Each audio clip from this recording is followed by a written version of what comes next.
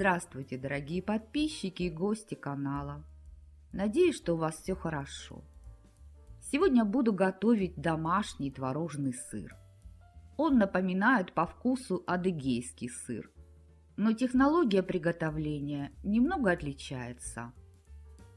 Сыр я готовлю из домашнего коровьего молока и кефира. Соотношение кефира к молоку 1 к 2. В кастрюле с толстым дном 1 литр 900 мл молока. Добавляю чуть больше 1 столовой ложки соли.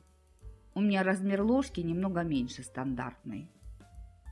Перемешиваю и нагреваю молоко до температуры 90 градусов. До кипения молоко доводить не нужно. Список необходимых продуктов оставлю в описании под видео и в конце этого видео. Когда молоко нагрелось, снижаю огонь до самого минимального и добавляю 950 мл теплого кефира. Температура кефира примерно 70-80 градусов. Кефир вливаю аккуратно тонкой струйкой по периметру кастрюли. Перемешивать ничего не нужно. Жду 1-2 минуты, пока не образуется сырное зерно и начнет отделяться прозрачная сыворотка. Видно, что сыворотка прозрачная, она зеленоватого цвета. Если вам нравится это видео, то ставьте пальчик вверх и напишите свое мнение о рецепте. Поделитесь видео с друзьями. Вы этим поможете развитию канала. Я заранее подготовила сито подходящего размера. Кладу его на кастрюлю и накрываю сито марлей, сложенной в 2 слоя.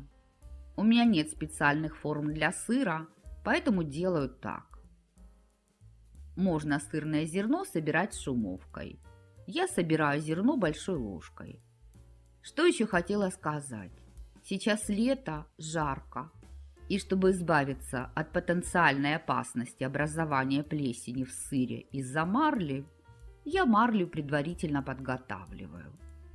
В пол-литра воды добавляю сок половины лимона, примерно 2 столовые ложки, и опускаю в эту воду марлю. Отжимаю и даю ей немного высохнуть. Творожное зерно слегка утрамбовываю ложкой.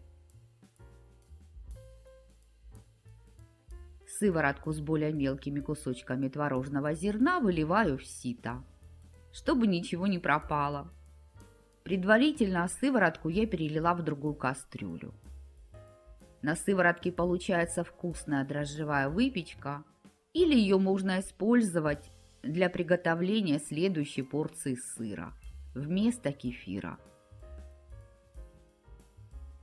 Немного утрамбовываю сыр, чтобы он получился одинаковой толщины. Накрываю сыр марлей.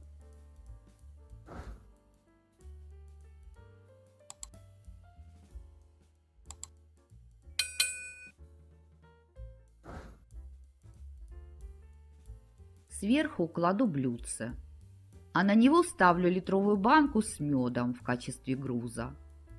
Часть сыворотки снова отлила, чтобы она не касалась дна сита.